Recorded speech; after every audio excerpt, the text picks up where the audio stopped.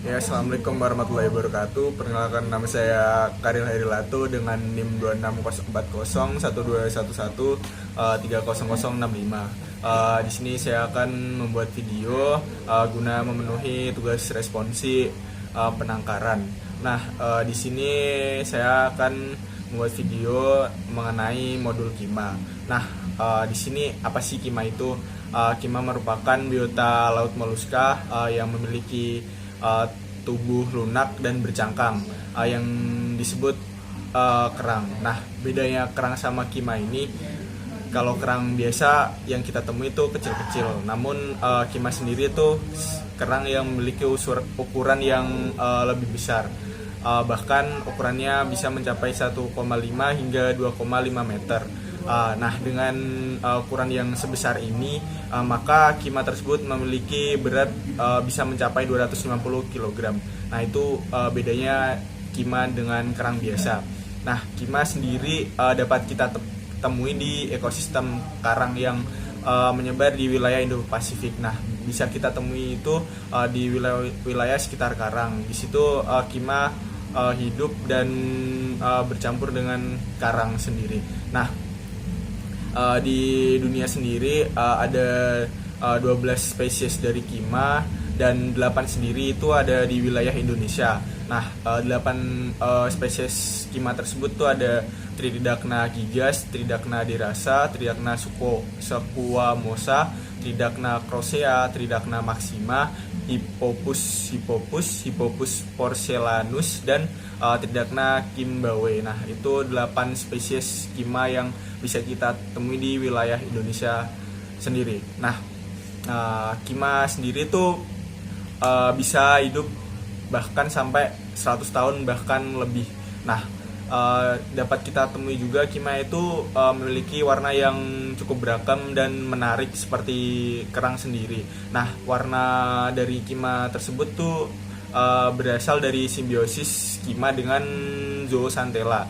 Nah, Zooxanthella tuh alga yang hidup di dalam tubuh KIMA itu sendiri, sehingga KIMA memiliki warna yang menarik. KIMA sendiri tuh salah satu biota yang dilindungi secara nasional maupun internasional. Seluruh jenis KIMA itu dilindungi secara internasional dan masuk pada Appendix 2 CITES dari tahun 1985. Nah, jadi KIMA sendiri tuh tidak boleh kita tangkap dan bahkan kita konsumsi, karena itu dilindungi secara nasional maupun internasional. Maka dari itu kita perlu menjaga kelestarian dari KIMA itu sendiri.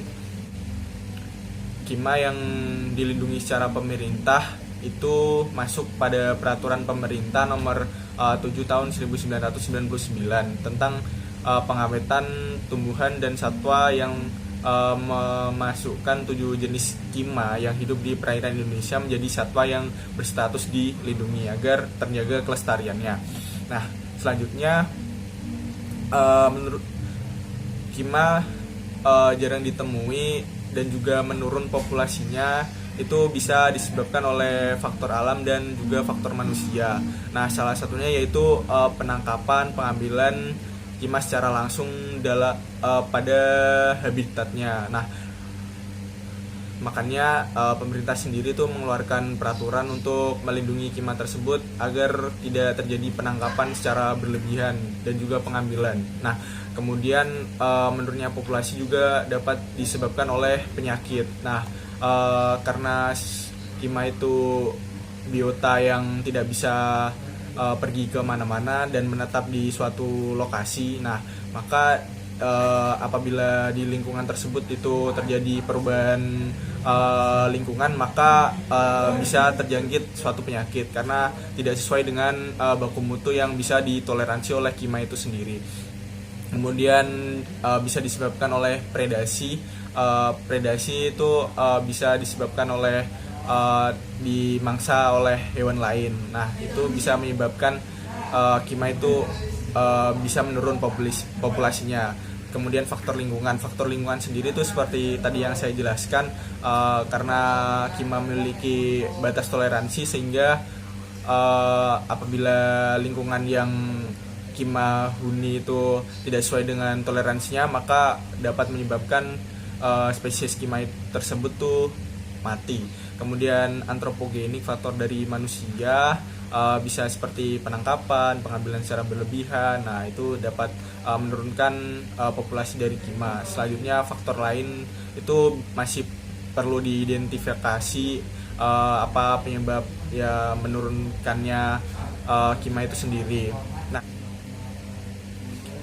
Nah, dengan banyak masalah yang saya jelaskan tadi, maka perlu kita melestarikan dari spesies kima ini agar kima dapat lestari dan dapat kita temui di berbagai lokasi habitatnya seperti itu.